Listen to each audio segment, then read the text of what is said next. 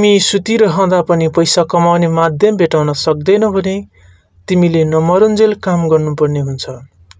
दर्शकबिन नमस्कार, सदाझै आज पनि म एउटा नयाँ विषयवस्तु सम्बन्धी भिडियो सामग्री लिएर उपस्थिति भइसकेको छु।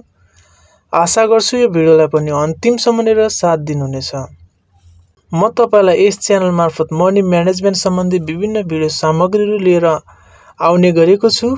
तपाईहरु पनि मनी म्यानेजमेन्ट सम्बन्धी ज्ञान बढाउन चाहनुहुन्छ भने मेरो यस YouTube च्यानललाई सब्स्क्राइब गरिदिनुहोला ताकि मैले निर्माण गरेका भिडियो सामग्रीहरू सर्वप्रथम तपाईले हेर्न सक्नुहुनेछ। आज म तपाईलाई सजिलैसँग मेरो शेयर एप्सबाट आईपीओ भर्न सिकाउने छु। यदि तपाईलाई आईपीओ सम्बन्धी कुनै पनि ज्ञान छैन भने तपाईले मेरो यस भिडियोलाई हेर्न सक्नुहुन्छ। यो भिडियोको लिंक मैले तल डिस्क्रिप्सनमा दिएको छु, त्यसमा क्लिक गरेर आईपीओ सम्बन्धी सम्पूर्ण जानकारी तपाईले पाउन सक्नुहुनेछ। अब म तपाईहरुलाई मेरो शेयरबाट आईपीओ भर्न सिकाउँछु। त्यसको लागि तपाईले प्ले स्टोरमा गएर मेरो शेयर एप्लिकेसन तपाईले डाउनलोड गर्नुहोस् र मैले यो मेरो शेयर एप्लिकेसन डाउनलोड गरिसकेको छु र म यसलाई ओपन गर्छु। तपाईले नि ओपन गर्नुहोस्।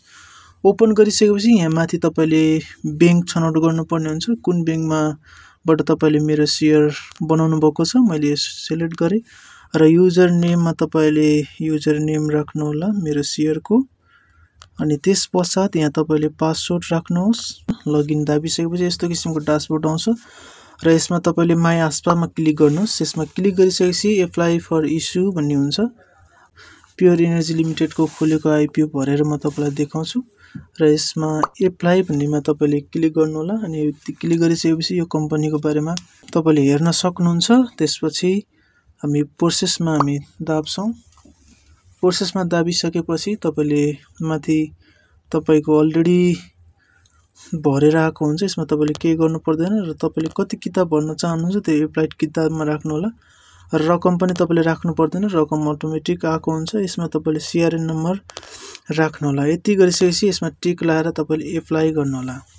अनि एप्लाई गरिसकेपछि यहाँ ट्रान्ज्याक्सन पिन माग्छ, 4 अंकको ट्रान्ज्याक्सन पिन राख्नु होला। यति राखिसकेपछि यसरी तपाईको शेयर हैज बीन एप्लाइडेड सक्सेसफुल भनेर आउँछ। यसरी हामी सजिलैसँग आईपीओ भर्न सक्छौं। हस्त साथीहरु, आजको यो भिडियो सामग्री तपाईलाई कस्तो लाग्यो? कुनै राय सल्लाह सुझाव छ भने तपाईले तल कमेन्ट बक्समा दिन सक्नुहुन्छ। तपाईको राय सुझावलाई मैले सहर्ष स्वीकार गर्नेछु भन्दै बिदा हुन चाहन्छु। Thank you so much.